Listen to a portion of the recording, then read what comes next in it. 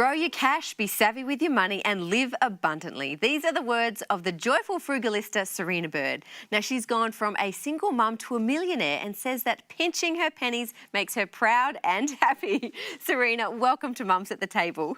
Thank you. It's lovely to be here. I'm glad you're here. I've got to start by asking this question though. What are the downsides to being a happy, frugal woman? Well, not everyone quite gets it, really. Yeah. And, you know, some people really expect you to be mean and nasty and cheap. Do they? You know, there's kind of this, people will tell you, oh, but I know someone, they're really frugal and, you know, when they go to a hotel, they steal the towels and they steal, you know, the sugar sachets and things like that. And, you know, they think of that as frugal. So people look at you differently when you say you're frugal? Well, I don't do those things. That's just dishonest. Yeah. So what is That's frugal? just wrong. Well, I think frugal is really appreciating the abundance that you have, and it's really learning to appreciate what you have. You know, we're so blessed. I feel so blessed with my life, with what I have, and I really like to, you know, appreciate and celebrate that. And, you know, we're talking before about happiness and what makes us happy. You know, that is something, appreciating the joy of where I am right now is already halfway there. Rather than thinking I need a bigger car, a bigger house, a better husband, pretty happy with the husband. Disclaimer. Newlyweds.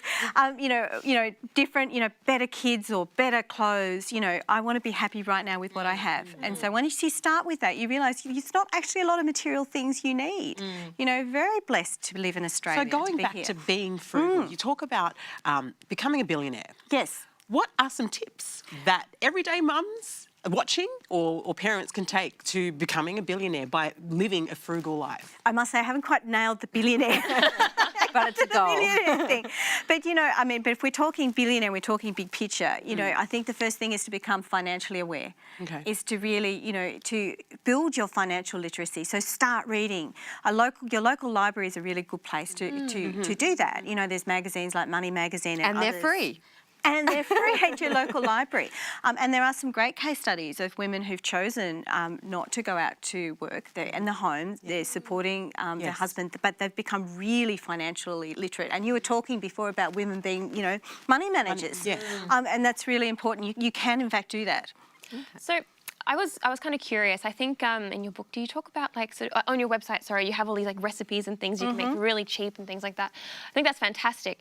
But for me, I look at that and I'm like, but I didn't have the time to do this. And often I think, you know, being frugal takes a lot more time than just paying the money to buy the yogurt at the supermarket instead of making it yourself. So where do you find the time? Like busy mums, where can they find that time? Is it even possible?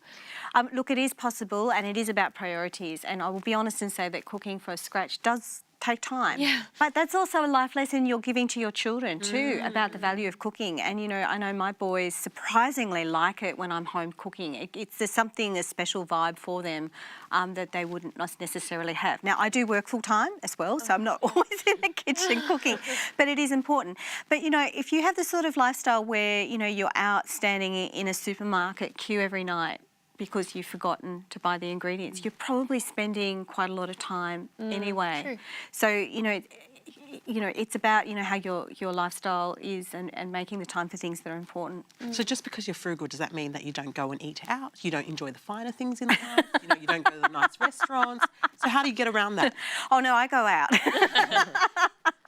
And it is a difficult thing to navigate too, because often, you know, if you've got friends who live quite luxuriously, it's quite hard to manage. I'm very blessed that I now have a lot of friends who share similar values. So they don't put expectations on me to go out for very expensive things. And I usually am able to have that money conversation. But I do have a number of tips in my book about how you can go out and get really good value for money. One is to get a voucher, like an entertainment book. They're quite good. And the vouchers in there are actually quite And you think it's worth buying the book to get those vouchers? Yeah, I do. So the book costs, depending where you are, between $60 and I think $75. And it supports a charity or a cause. So, you know, 20% of that value will go to something. So in a sense, you're already, you know, contributing. And then a lot of the dining deals are about 25% off. So for me, I find about meals out, well, that kind of covers the book. So if you've got a good anniversary meal coming up or something that's quite special, or a family holiday and you want a good accommodation deal, that pretty much nails it. Oh, well, you and I are going in halves on one of those books. Let's. That's frugal. You mentioned your boys before. How do you sell the idea of being frugal to them when they're possibly going to school with kids who are doing Yeah, things that's differently? It is. And it getting is. other, things that a less frugal life. Yeah, well, they're used to me. So, when I do occasionally take them to buy things they want, they go, wow, Mum, that's so generous of you. I love that. That's so good. Because they don't get that often. Yeah, often. They don't get it. So it is when I do it, it's a special treat. It's not just because they brush their teeth or... Yeah. Exactly. And, I think sometimes as parents, there's a tendency to give our children stuff because we want to buy their love. And We really, feel guilty. Or you feel guilty because you're working or you've been busy, so you buy them stuff. What they actually want is time with you. They want you to That's listen to probably where them. parents really struggle, time factor, because parents are so busy. Yeah. That is a hard area.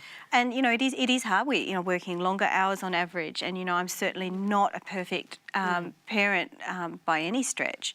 But if they've got a story to tell you from their day at school, that's what they want more than the toys. Yeah, I love how you've sort of prioritised and you sort of affirm that prioritisation of time with your kids, and you can be frugal at the same time and they don't hate you for it. Well, they're kids. Being frugal, though, just as a question, I sort of picture you have money accumulating in your account and just keeps growing and growing and growing, and that's great. But at the same time, I always see money as being like a means to an end. Like, what's the purpose of saving up great amounts of money if you're not actually going to do things with it? So I guess that's my question. Like, what's your intention behind being frugal, like, at the end of the day? Well, I'm providing for my family. I love that you're providing for your family, and I think that's like the key essence of it, and that that's where our focus should be. Look, we've actually got some of your books to give away that we actually want to share with everyone. So maybe there's something here that Serena said that's piqued your interest and you want to know more. Well, today we're giving away 5 of her books, The Joyful Frugalista. To get your free copy, get in quick. Write to us at hello@mumsathetable.com. First in wins the prize. Thank you so much for joining us today, Serena. We appreciate it. Thank you, ladies. Always a pleasure, never a chore. We will be back next week with more great topics. We'll see you then. Bye for now.